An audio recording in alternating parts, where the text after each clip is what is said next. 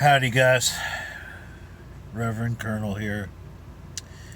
Um, I'm sitting in a hospital parking lot. I just got through seeing my love of my life, my baby girl, and I just wanted to say some stuff about this COVID disease. Um, Man, it's dreadful stuff. I mean, some people really luck out, and they barely get anything. And it's like a bad flu to them or bad cold, something like that. And they get really lucky.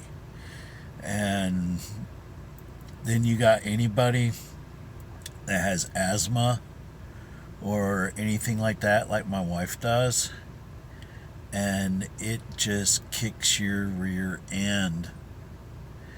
And she's fighting, you know. She's past the COVID part. That's done. This is just the residual from COVID. The damage that it's done to her breathing and the fact that she lost oxygen for so long. She has this thing you've heard me talk about called COVID brain.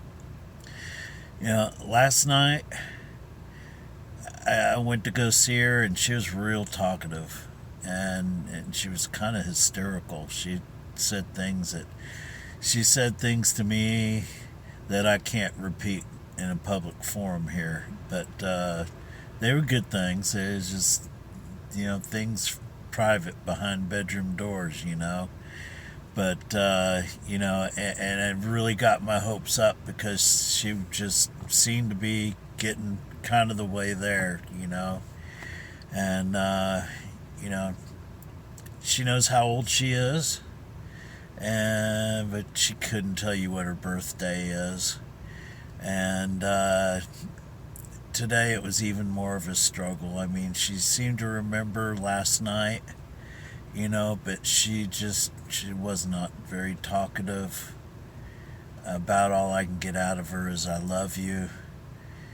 Um, Shake her head yes or no about things. It's like doing the two-step here. It's like, one step forward, two steps back. They had taken her down off of the sedation medication, and during the day to see how it would go.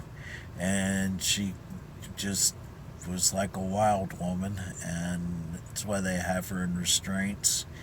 And they had to put the sedation back up. So she's sedated again, and that may be why she was a little more out of it tonight, because she got off the sedation and they put her back on, and so it probably hit her strong because they just did it. And it's so hard to watch your loved one there. She's got all these tubes and gadgets all over her. She's got feeding tube and all that. They gave her Tylenol through the feeding tube. It was a big, gigantic thing, like of this brown stuff. And they just shoot that into the feeding tube, and like that was Tylenol. I don't, man. I tell you what, it's freaky deaky for sure. And I'm really thankful to some of y'all out there. I'm thankful for all of y'all for y'all's prayers. Please keep her in prayer. Keep me and the family in prayer. It's hard on all of us. Special shout out to Cindy for sending us some love through some Popeye's chicken. That was awesome. Thank you for that. Special shout out to a brother out there, Mike Beasy. Man, You know, you called me and talked to me for, I think, an hour, and you really talked me down the other day, and it really helped. It really did. And I appreciate you and the fact that you said you're there for me no matter what. And there for her because you've known her ever since she was 6 years old, man. So you've known her longer than I have. So anyway, I just wanted to put those two shout outs out there.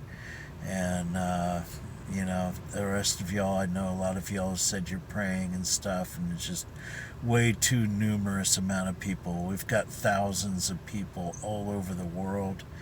Um, like I said before, it's even reached Jerusalem and the Wailing Wall. And, you know, so I know God is going to pull her through this. I know it's just going to take some time. It's a battle.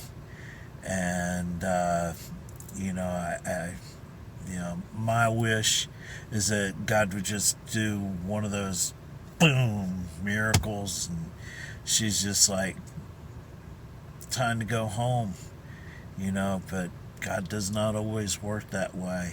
Sometimes He works through the doctors and all that, and He has His purpose for that, and we don't always understand that when it's happening and when it's going on. We don't always understand what God's purpose is and all these things. And I wish the heck I understood what His purpose was right now, because I'm not really liking His purpose right at this moment. But I'm staying faithful. I'm reading my scripture every morning. I'm doing my prayers like I'm supposed to every morning. Haven't been working out every morning like I was. Uh, you know, not eating the best, and you know, that kind of stuff. But I'm trying. I'm trying to take care of myself and take care of my family while I take care of her. And it's just, I tell you, it's, man. I know people that have been through this, and I was like, man, it's got to be hard. And I had no idea how hard it was for what they've gone through. And some of you out there, I know, even have lost loved ones in this. And man, my heart goes out to you. It's just, it's tough, man. So, like I was saying, man, this thing is tough. It's hard. Uh, get vaccinated if you haven't. Please, just do everybody else in the world a favor. You know, I don't care about what you think your freedom is, but you don't have freedom to pass this on to somebody else. That's when you encroach on my freedom. And if you're a real patriot, you'll get the shot.